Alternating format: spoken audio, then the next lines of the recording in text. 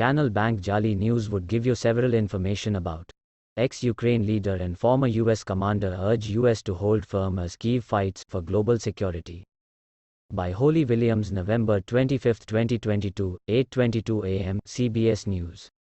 Kyiv, Ukraine. From rocket systems to anti-tank missiles, American weapons have been game-changing in Ukraine's war against Russia's invading forces. In recent weeks, the armaments have helped Ukrainian forces recapture significant swaths of territory in the south and east of the country. Petro Poroshenko, who served as the president of Ukraine between 2014 and 2019, said he appreciates the US government's support for his country, but first and foremost, he told CBS News that he wanted to thank the United States people. Defeating Vladimir Putin's invasion of his country, Poroshenko said, is about defending democracy across the free world. This is fighting not only for Ukraine, this is fighting for United States, this is fighting for the whole Western world, the former leader told us in Kyiv. But last month, then minority leader of the U.S. House of Representatives Kevin McCarthy suggested Republicans could reassess military assistance to Ukraine if they won control of Congress. McCarthy said there should be no blank check for the U.S. partner, which years of war have made into a buffer zone on democratic Europe's eastern border with autocratic Russia. Retired General Ben Hodges, who commanded the U.S. Army in Europe between 2014 and 2018, said the Republican lawmakers' remarks sound like a Kremlin-quality fairy tale, but nonetheless, that's what's coming from the Republican side. The former commander is also critical of progressive Democrats in Congress who wrote a letter urging President Biden to use diplomacy to somehow end the war, before hastily withdrawing it. Others in the U.S. have even argued that Ukraine should give up territory in return for peace. We asked Hodges if he believed that could work, if Russia could be trusted. Absolutely not, replied the longtime U.S. Army officer, adding that he would ask those people, which part of their country or their home state are they willing to give up if Russia said, hey, look, we just want a little bit of Florida, or let us have New England, and then we'll promise not to use nuclear weapons. Former President Donald Trump, who recently announced his bid to reclaim the White House in 2024, was impeached for abuse of power in 2019 after blocking nearly $400 million in military assistance to Ukraine and pressuring President Volodymyr Zelensky to investigate discredited corruption allegations against his rival, Joe Biden. Now some Ukrainians fear they could once again be held hostage to US politics. Poroshenko said he had a message for all of his friends in the United States, both Democrat and Republican. It should be a competition between you, to see who does more for Ukrainian resilience, for global security. Other news was Russia's energy terror knocks out power to Ukraine's civilians and its nuclear plants. By Chris Livesay, November 24, 2022, 7:54 a.m. CBS News. Kyiv, Russia has faced condemnation for its latest wave of missile strikes targeting Ukraine's power grid. The barrage of missiles has plunged much of the capital city of Kyiv into frigid darkness, and killed at least 10 people across the country according to Ukrainian officials. Addressing the United Nations Security Council on Wednesday, Ukraine's President Volodymyr Zelensky accused Russia of energy terror. Kyiv was already blanketed in snow as Vladimir Putin's military sent the latest salvo of missiles to rain down on key infrastructure. Millions of civilian homes, businesses and hospitals are now without heat, water or electricity. Russia appears determined to bomb Ukraine back into the Dark Ages. Surgeons at the Kyiv Heart Institute were left to operate with flashlights and without running water. And the people stuck living through the nightmare are the lucky ones who survived.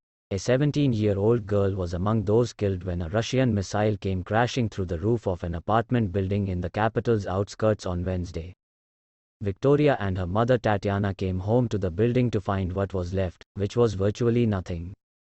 It's so hard, Victoria said through tears, adding an appeal, if you're seeing this, please help us. Why are kindergartens, schools and residential buildings attacked?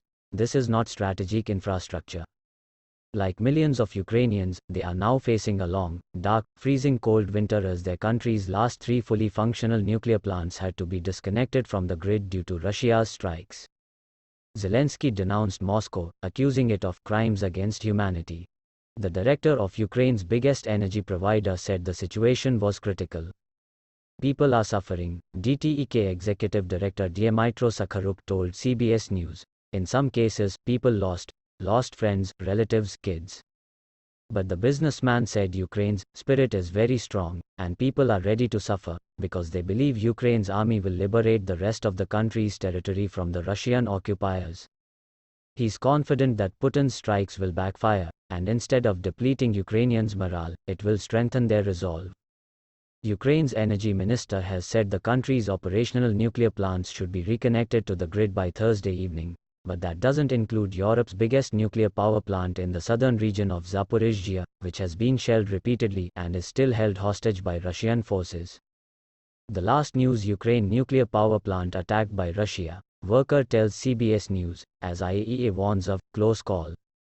By Chris Livesay, Aaron Lyle, Tucker Reals, updated on November 21, 2022, 7:20 a.m. CBS News. More than a dozen explosions rattled Europe's largest nuclear power plant over the weekend, as renewed shelling around the Ukrainian facility rekindled fears of a possible accident, or even a deliberate strike, that could cause a catastrophic release of radiation. The shelling around Ukraine's sprawling, Russian-occupied Zaporizhzhia nuclear power plant came as the head of the United Nations nuclear watchdog, the International Atomic Energy Agency, IAEA, warned in a 60 Minutes interview that urgent action was needed to ease the unprecedented security threat posed by fighting around the facility. In an exclusive interview, one of the workers held hostage by the Russian forces who've controlled the plant for months told CBS News the latest shelling had caused serious damage to the plant, and he said it appeared to have been a planned attack on the facility. He said the angle and direction from which the shells came indicated they were fired from Russian military positions, not Ukrainian forces on the other side of the nearby front lines. The worker, who CBS News cannot identify due to the threat that he and his colleagues have worked under since Russia seized the plant early in its war on Ukraine, said he believed Russian forces had also detonated an explosive inside the facility. Some shells fell perilously close to the plant's nuclear reactors over the weekend, and a storage building containing radioactive waste was damaged.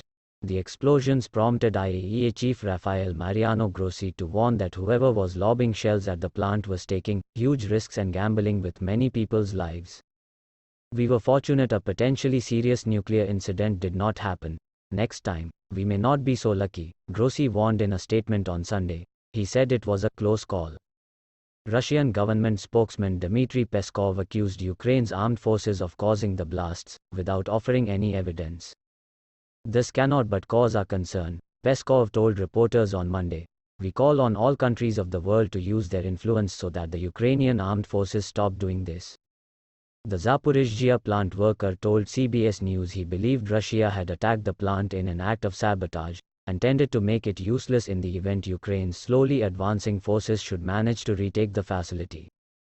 Russian forces have held the plant's workers at gunpoint according to some reports for months. They have effectively tried to steal the plant's power capacity by linking it to Russia's national power grid, but they've failed. The worker said he believed Moscow's plan B was to simply sabotage the Zaporizhzhia plant, which has sat largely idle for months, so Ukraine can't use it either.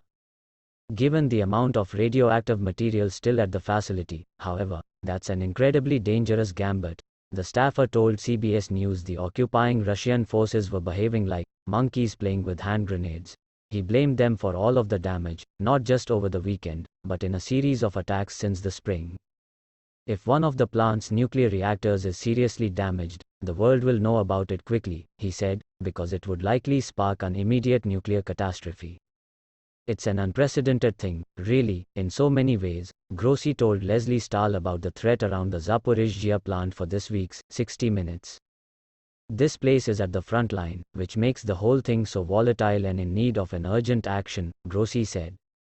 Before the war, the power plant supplied about 20% of Ukraine's power, and while its 6 reactors are now offline, they still need a constant flow of water to keep the fuel at their cores cool, and that requires a constant supply of electricity. If they overheat, there could be a nuclear meltdown within hours. Shelling around the plant has cut the main electricity supply from the nearby, Ukrainian-held city of Zaporizhzhia multiple times, forcing the plant to rely on diesel backup generators to keep the water flowing for days at a time.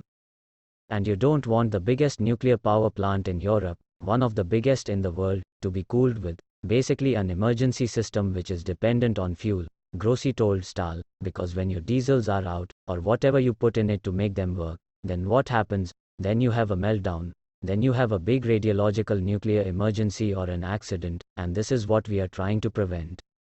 Ukraine, its international partners in Washington and Europe and the United Nations, have all urged Russia to pull its military forces out of the Zaporizhzhia plant for months so a demilitarized zone can be established around the facility. Moscow has given no indication so far that it's contemplating such a move. "I'm not giving up until this zone has become a reality," Grossi said on Sunday.